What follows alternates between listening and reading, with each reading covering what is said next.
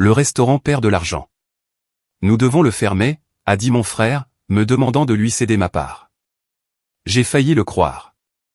Puis le comptable que j'avais secrètement engagé m'a montré les vrais livres de compte. 340K de profit l'année dernière seulement. Tout était détourné vers la boutique de sa femme. Je suis entré à la réunion de famille suivante avec l'auditeur légal. Ma mère s'est évanouie. Le restaurant perd de l'argent. Nous devons le fermer avant qu'il ne vide ce qui reste de l'héritage de papa, a dit mon frère Marcus, faisant glisser des papiers sur la table vers moi avec la sympathie rodée de quelqu'un qui avait répété ce moment. Je sais que c'est difficile à accepter, mais les chiffres ne manquent pas de ta part. Laisse-moi gérer la liquidation, et au moins tu repartiras avec quelque chose au lieu de rien. Sa femme, Patricia, a hoché la tête solennellement à ses côtés, s'épongeant les yeux avec un mouchoir comme si l'échec de l'œuvre de vie de notre père la peinait sincèrement. Mais pourquoi ai-je hésité au lieu de signer immédiatement? Et pourquoi, 3 semaines plus tard, suis-je entré à notre réunion de famille avec un auditeur légal dont les conclusions ont fait s'effondrer ma mère dans sa chaise? J'ai besoin que vous expliquiez ces divergences, ai-je dit en posant le rapport de l'auditeur sur la table. Marcus a jeté un coup d'œil au document, puis à Patricia, puis de nouveau à moi avec une expression qui est passée de la confusion à la reconnaissance à quelque chose approchant la panique. Quelle divergence? Le restaurant est en faillite. Le restaurant a réalisé 340 000 $ de profit l'année dernière seulement. J'ai les vrais livres de compte maintenant, Marcus. Pas la version que tu m'as montrée, mais la version qui montre exactement où cet argent est allé. J'ai pointé Patricia, directement vers sa boutique. Pendant 3 ans, plus de 800 000 $ au total. Le visage de ma mère est devenu blanc. Puis elle s'est évanouie, glissant de sa chaise avant que quiconque ne puisse la rattraper. La vérité avait valu l'attente, mais la famille ne s'en remettrait jamais. Mon père avait bâti Morette pendant plus de 40 ans. Commençant comme un petit restaurant italien dans un centre commercial, il était devenu une institution locale, l'endroit où les familles célébraient des anniversaires, où les couples se fiançaient, où les générations revenaient pour se souvenir des repas qui avaient marqué leurs moments les plus importants. Papa était décédé il y a 18 mois, laissant le restaurant à Marcus et à moi en parts égales. Marcus gérait les opérations quotidiennes depuis des années, tandis que je vivais à 3 états de distance, bâtissant ma carrière d'avocate d'entreprise. L'arrangement avait semblé naturel. Il était sur place, connaissait le personnel, comprenait l'entreprise. Je lui faisais entièrement confiance. Quand il a appelé il y a 6 semaines, affirmant que le restaurant saignait de l'argent, j'avais cru chaque mot. La pandémie nous a durement frappés. Nous ne nous sommes jamais complètement rétablis. Les coûts sont en hausse, les revenus sont en baisse, et nous perdons de l'argent chaque mois. Sa voix était lourde d'un chagrin apparent. J'ai essayé de maintenir cela pour la mémoire de papa, mais je ne peux pas continuer à couvrir les pertes de ma propre poche. À quel point est-ce grave? Nous serons en faillite dans 6 mois si nous ne fermons pas maintenant. Mais si tu cèdes ta part, je peux vendre le bâtiment, l'équipement, la licence de débit de boisson, peut-être récupérer 200 000 $ pour chacun de nous au lieu de rien. Les chiffres qu'il m'avait montrés appuyaient son histoire. Des relevés mensuels montrant des pertes constantes, des rapports de dépenses documentant des coûts croissants, une trajectoire qui dépeignait une entreprise en déclin terminal. J'avais failli signer. J'avais eu le stylo à la main. Ce qui m'a arrêté, c'était un souvenir de mon père. Ne signe jamais rien sans le comprendre complètement, m'avait-il dit quand j'avais commencé mes études de droit, surtout quand la famille est impliquée. Le sang ne rend pas les gens honnêtes. Cela rend juste la trahison plus douloureuse. J'avais posé le stylo et demandé plus de temps pour examiner les documents. Marcus avait été frustré, mais n'avait pas insisté, probablement parce qu'insister aurait semblé suspect. Cette nuit-là, j'avais lu chaque page qu'il avait fournie. Quelque chose ne semblait pas correct, mais je ne pouvais pas identifier quoi. Les relevés semblaient professionnels. La trajectoire était plausible. L'histoire était crédible. Trop crédible, peut-être, trop complète, trop commode. J'avais appelé une experte comptable judiciaire le lendemain matin. Sandra Aono était spécialisée dans la fraude aux entreprises familiales. Malheureusement, c'est courant, m'a-t-elle dit lors de notre première consultation. Un frère ou une sœur gère l'entreprise, l'autre lui fait implicitement confiance, et l'argent disparaît par des méthodes qui ne résisteraient pas à un examen professionnel. Vous pensez que mon frère vole le restaurant? Je pense que les documents qu'il vous a montrés sont incohérents avec les informations publiquement disponibles sur l'entreprise de votre père. Les registres fiscaux immobiliers suggèrent que la valeur évaluée du restaurant a augmenté, non diminué. Les rapports d'inspection sanitaire montrent des notes élevées constantes et des observations de services occupés. Les avis sur les médias sociaux décrivent des foules de week-ends bondés, mais les états financiers ont probablement été créés spécifiquement pour vous convaincre de céder votre propriété. La question est, que montrent les vrais états financiers? Obtenir les vrais livres de compte a pris 3 semaines. Sandra avait assigné à comparaître des relevés bancaires, des relevés de traitement de cartes de crédit et des factures de fournisseurs. Elle avait interrogé d'anciens employés avec soin, sans alerter Marcus, au sujet du volume de clients et des opérations commerciales. Elle a déconstruit une image de la réalité financière de Moretti qui ne ressemblait en rien à ce que mon frère m'avait montré. Le restaurant est florissant, a-t-elle conclu, étalant ses découvertes sur la table de ma salle à manger. Une croissance annuelle, des marges bénéficiaires bien au-dessus de la moyenne de l'industrie, une clientèle qui s'est élargie depuis le décès de votre père. Car, selon d'anciens employés, Marcus a investi dans le marketing et les rénovations. Alors pourquoi affirme-t-il qu'il est en faillite? Parce qu'il a volé les profits. Sandra a sorti un diagramme montrant les flux d'argent. Chaque mois, des sommes substantielles sont transférées du compte d'exploitation du restaurant vers une série de sociétés écrans. Ces sociétés paient des factures à la boutique de votre belle-sœur, Patricia S. Design. Quelle facture? Qu'est-ce qu'une boutique pourrait bien vendre à un restaurant? Des services de conseil, de la décoration intérieure, du matériel marketing. Les factures sont suffisamment vagues pour sembler plausibles, mais suffisamment spécifiques pour justifier de gros paiements. Sandra a fait une pause. Au cours des 3 dernières années, environ 840 000 $ ont été détournés de Morette vers la boutique de Patricia par ce mécanisme. 840 000 $. Votre frère a systématiquement pillé l'entreprise que votre père a construite, et maintenant il veut que vous lui cédiez votre part afin qu'il puisse soit continuer le vol, soit vendre le tout et empocher des bénéfices auxquels il n'a pas droit. La réunion de famille était prévue pour dimanche après-midi. Marcus l'avait organisée pour finaliser la fermeture du restaurant. Il avait invité notre mère, notre tante et notre oncle, plusieurs cousins, toute personne qui pourrait me faire pression pour que je signe si je montrais des signes d'hésitation. Il s'attendait à ce que j'arrive seul et dépassé. Je suis arrivé avec Sandra Aono et 3 boîtes de documents de banquier. Qu'est-ce que c'est? A demandé Marcus alors que je posais les boîtes sur la table. Un audit légal des registres financiers de Moretti. Les vrais, pas la version que tu as fabriquée pour me convaincre que le restaurant était en faillite. La pièce est devenue silencieuse. Je ne sais pas de quoi tu parles. Tu as volé l'entreprise de notre père pendant au moins 3 ans. Tu as détourné plus de 800 000 $ vers la boutique de Patricia via de fausses factures et des sociétés écrans. Tu m'as menti, à maman, à tout le monde dans cette pièce. C'est ridicule. Le restaurant perd de l'argent. Le restaurant a réalisé 340 000 $ de profit l'année dernière seulement. J'ai ouvert la première boîte et sorti les relevés bancaires que Sandra avait obtenus. J'ai les vrais chiffres, Marcus. Chaque transfert, chaque fausse facture, chaque dollar que tu as détourné vers l'entreprise de ta femme tout en nous disant que l'héritage de papa était en train de mourir. Ma mère a regardé Marcus, puis moi, la confusion cédant la place à l'horreur. Marcus, est-ce vrai? Il n'a pas répondu. Son silence était une réponse suffisante. C'est à ce moment-là qu'elle s'est évanouie. Les conséquences de la révélation ont été le chaos et la confrontation. Oncle Richard a aidé à ranimer ma mère tandis que tante Maria exigeait des explications. Patricia a tenté de partir, affirmant qu'elle n'avait rien à voir avec les décisions financières, mais Sandra a bloqué son chemin avec des documents montrant qu'elle avait signé chaque fausse facture. Vous êtes tous les deux complices, a dit Sandra d'un ton sec. Les sociétés écrans sont enregistrées à vos 2 noms. Les virements nécessitaient vos 2 signatures. C'était un stratagème coordonné, pas l'erreur d'une seule personne. Marcus a finalement laissé tomber la prétention. Le restaurant aurait dû être entièrement à moi, a-t-il dit, la voix amère. C'est moi qui ai travaillé là-bas pendant 20 ans. C'est moi qui l'ai géré après que papa soit tombé malade. Tu es parti, tu as construit ta carrière, tu as à peine rendu visite, et tu as eu la moitié de tout.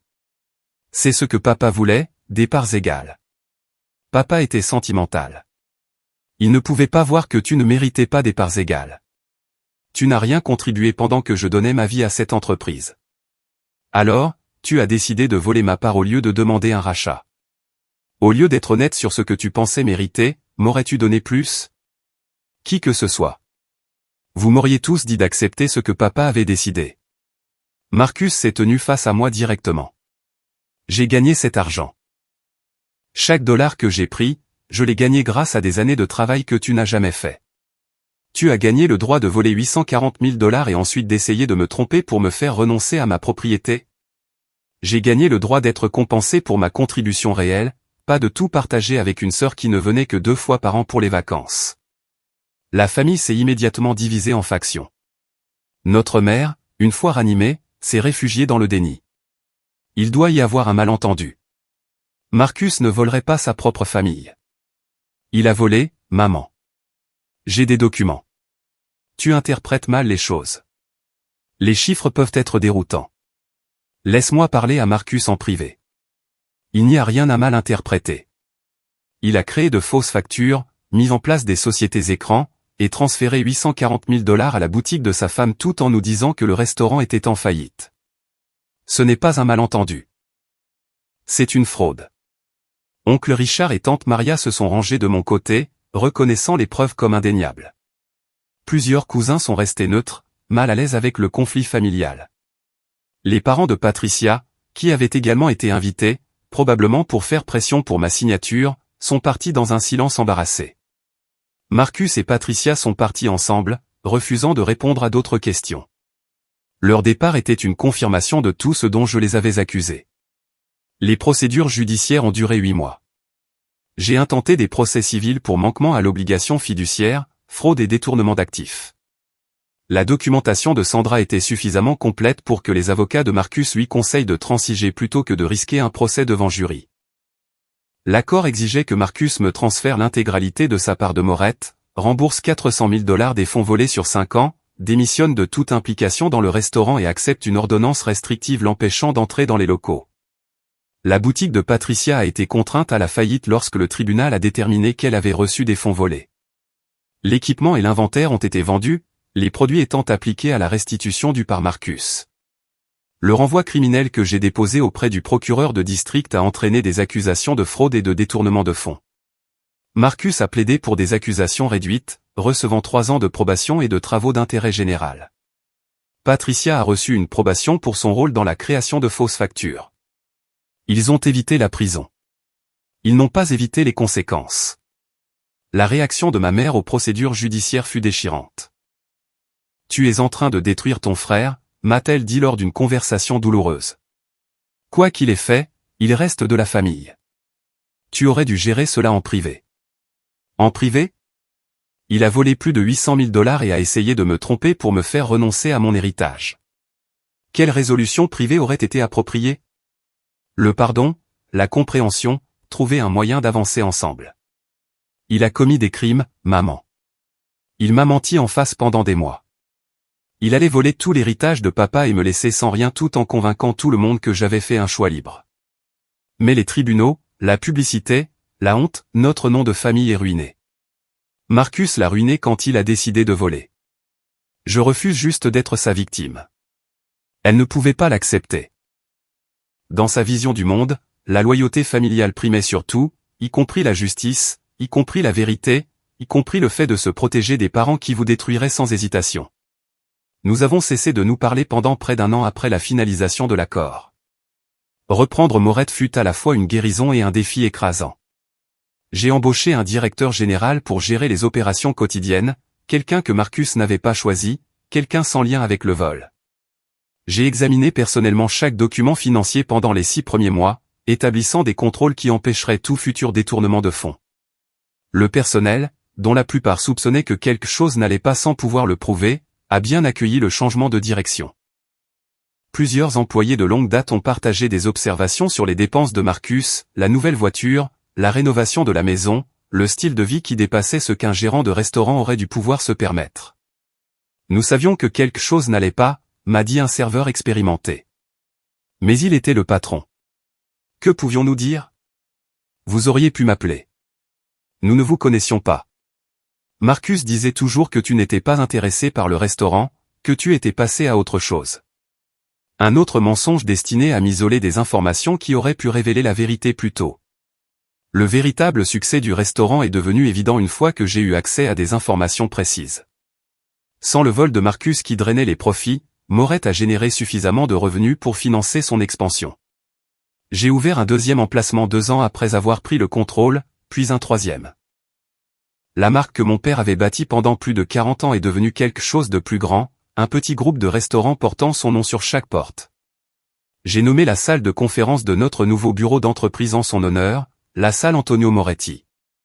Sa photographie était accrochée sur chaque mur du restaurant, un rappel de qui avait commencé ce que nous continuions. L'expansion n'était pas une vengeance. C'était un moyen d'honorer son héritage d'une manière que le vol de Marcus avait presque empêché. Marcus m'a contacté 3 ans après l'accord. Son courriel était bref, soigneusement rédigé, probablement examiné par un avocat avant d'être envoyé. Je sais que je ne mérite pas ton pardon, mais j'aimerais t'expliquer ma perspective et, si possible, trouver un moyen d'aller de l'avant. Maman vieillit. Elle veut que ses enfants puissent être dans la même pièce. Pour son bien, si ce n'est pour le nôtre, pourrions-nous parler? J'ai examiné la demande pendant une semaine avant de répondre. Tu as volé 840 000 $ à l'entreprise de notre père. Tu as créé de faux documents pour me convaincre que le restaurant était en faillite. Tu as essayé de me manipuler pour me faire renoncer à mon héritage. Et ton explication, quand tu as été confronté, était que tu le méritais parce que tu avais travaillé plus dur. Je n'ai pas besoin de ta perspective. J'ai 8 mois de dossier judiciaire expliquant exactement ce que tu as fait et pourquoi. Ce dont j'avais besoin de toi, c'était de l'honnêteté, et tu as choisi le vol et la manipulation à la place. Pour le bien de maman, je peux être civil lors des réunions de famille. Mais nous n'allons plus être proches. La confiance, une fois complètement détruite ainsi, ne se reconstruit pas. Il n'a pas répondu. Ma mère a finalement accepté la nouvelle réalité. Pas avec joie, elle souhaitait toujours que j'aie géré tout cela en privé. Elle croyait toujours que l'unité familiale importait plus que la justice. Mais elle a accepté que la relation de ses enfants soit définitivement endommagée, que les vacances seraient gênantes, que ses rêves d'une famille unie s'étaient brisés contre les rochers des choix de son fils. Je me blâme parfois, a-t-elle admis lors d'une conversation. Peut-être ai-je trop favorisé Marcus. Lui ai-je donné l'impression qu'il avait droit à tout. Tu ne l'as pas forcé à voler, maman. C'était son choix. Mais j'aurais dû le voir. J'aurais dû remarquer les signes. Tu as fait confiance à ton fils. Ce n'est pas un défaut de caractère. Sa violation de cette confiance est le problème, pas la confiance elle-même. Elle a hoché la tête, bien que je n'étais pas sûr qu'elle l'ait pleinement accepté. Les mères ont souvent du mal à voir la véritable capacité de leurs enfants à faire du mal. Moret continue de prospérer. 5 emplacements maintenant, avec un 6e qui ouvrira l'année prochaine, une division traiteur, une ligne de produits de marque, sauce, pâtes, les articles emblématiques que mon père a développés pendant plus de 40 ans de cuisine. Je pense souvent à lui lorsque je traverse les restaurants, à ce qu'il penserait de l'expansion, s'il approuverait la façon dont j'ai géré l'entreprise, la famille, la trahison. Je crois qu'il serait fier, non seulement du succès commercial, mais de mon refus d'être victimisé par quelqu'un qui comptait sur ma confiance pour permettre son vol. Ne signe jamais rien sans le comprendre complètement, surtout quand la famille est impliquée. Il avait su. D'une certaine manière, il avait su que le sang ne garantissait pas l'honnêteté. Que la famille pouvait vous blesser plus profondément que des étrangers parce que vous vous attendiez à mieux. Le stylo que j'ai failli utiliser pour céder mon héritage est exposé dans une vitrine de mon bureau. C'est un rappel à quel point j'ai failli tout perdre. Non pas parce que je n'étais pas assez intelligente pour comprendre la fraude, mais parce que j'ai fait confiance trop facilement. Parce que la famille semblait devoir signifier quelque chose. Parce que je voulais croire que mon frère ne me volerait pas. Les 3 semaines entre la quasi-signature et l'embauche de Sandra Aono ont été les semaines les plus importantes de ma vie. Cette hésitation, cette petite voix disant que quelque chose n'allait pas, m'a sauvé d'une trahison qui aurait été complète. Marcus avait tout planifié parfaitement, les faux documents, les appels émotionnels, la pression familiale, le timing conçu pour empêcher un examen attentif. Il avait compté sur ma confiance, mon emploi du temps chargé, ma distance par rapport à l'entreprise. Il n'avait pas compté sur ma mémoire des conseils de notre père. Il m'a dit que le restaurant était en faillite. Il m'a montré des relevés prouvant des pertes, des projections montrant la faillite, des chiffres qui dépeignaient un tableau d'effondrement inévitable. Il m'a demandé de lui céder ma part afin qu'il puisse récupérer ce qui restait. J'ai failli le croire. J'avais le stylo à la main, mais quelque chose ne semblait pas correct, trop commode, trop complet, trop pressé. L'auditeur légal a trouvé 840 000 $ de profits volés détournés vers la boutique de sa femme par de fausses factures et des sociétés écrans.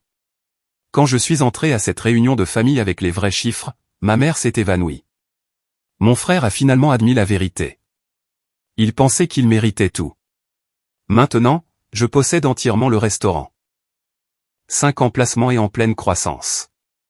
Le nom de mon père sur chaque porte. Et mon frère a un casier judiciaire, un mariage raté et une sœur qui ne lui fera plus jamais confiance. Il m'a demandé de signer. J'ai choisi d'enquêter à la place. Ce choix a valu 840 000 $ et l'héritage de mon père.